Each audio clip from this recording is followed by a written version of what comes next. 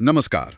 आज हम George Orwell के बहुत ही मशहूर उपन्यास 1984 की गहराइयों में उतर रहे हैं। इसके लिए हम ग्रेट बुक्स एक्सप्लेन के एक विश्लेषण का सहारा ले रहे हैं। जी, ये किताब 1949 में छपी थी, लेकिन आज भी खासकर सच और सत्ता की जब बात होती है तो ये गजब की प्रासंगिक लगती है। हाँ, बिल्कुल।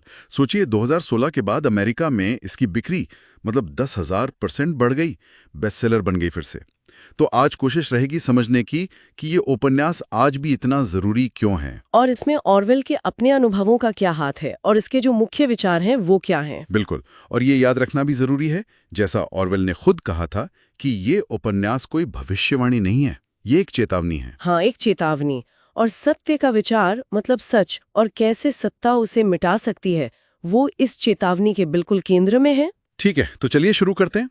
ऑरवेल के अपने निजी अनुभव, है ना? जी जैसे स्पेनिश गृह युद्ध में उनका शामिल होना, वो इस उपन्यास के लिए बहुत अहम था। बिल्कुल, उन्होंने वहां अपनी आंखों से देखा कि कैसे फांसीवाद के खिलाफ लड़ाई में भी जो अलग-अलग राजनीतिक गुट थे वो सच को तोड़ मरोड़ सकते थे। हाँ, और उन्हें तो सोवियत समर्थित कम्युनिस्टों ने बाकायदा राज्य का दुश्मन करार दे दिया था। जी, तो ये अनुभव कि कैसे भी विचारधारा की लड़ाई में सच सबसे पहले मारा जाता है, ये 1984 की नींव में है, कह सकते हैं। और यहीं से मुझे लगता है भाषा का नियंत्रण वाला पहलू बहुत दिलचस्प हो जाता है। हाँ, न्यूज स्पीक। उपन्यास में वो न्यूज स्पीक की जो अवधारणा है, एक ऐसी भाषा जिसे सोच को सीमित करने के लिए बनाया गया है, संवाद बढ़ाने के लिए नहीं। सही। ऑरवेल ने ये चीजें शायद बीबीसी में काम करते हुए भी देखी होंगे दूसरे विश्व युद्ध के दौरान, कि कैसे जटिल सच्चाइयों को बहुत सरल बना दिया जाता है या तथ्यों को एक खास कहानी में फिट करने के लिए बदल दिया जाता है। चाहे नेक इरादे से ही क्यों ना हो। हाँ, चाहे नेक इरादे से हो। और इसी की झलक उनके मिनिस्ट्री ऑफ ट्रूथ यानी सत्य मंत्रालय के चित्रण में दिखती है, जहां इतिहास को लगातार पार्टी की जरूरत के हिसाब से बदला जाता है। बिल्कुल।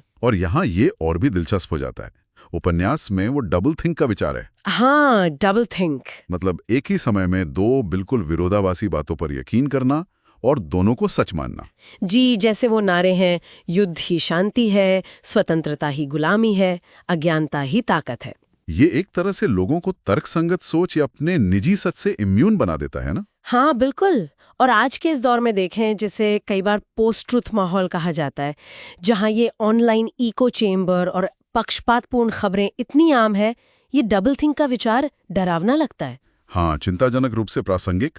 इसे अगर और बड़ी तस्वीर में देखें तो उपन्यास में बिग ब्रदर है। हाँ, बिग ब्रदर सत्ता और निगरानी का प्रतीक और है, जिसका अपना असल वजूद भी पक्का नहीं है। अनिश्चित है। सही।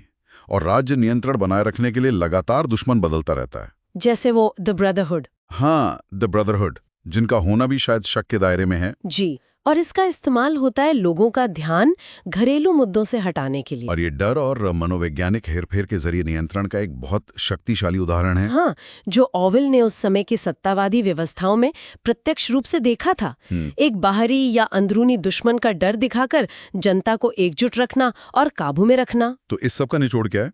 1984 आज भी सच के क्षरण, बेलगाम शक्ति और भाषा के हेरफेर के खतरों के बारे में एक गंभीर चेतावनी बना हुआ है। बिल्कुल, ये एक बेचैन करने वाली किताब है और शायद यही इसका मकसद भी है, हमें जगाए रखना। हाँ, सोचने पर मजबूर करना कि सत्ता कैसे सच को अपने हिसाब से गढ़ सकती है। और उपन्यास का अंत भी देखिए कितना अस्पष्ट है।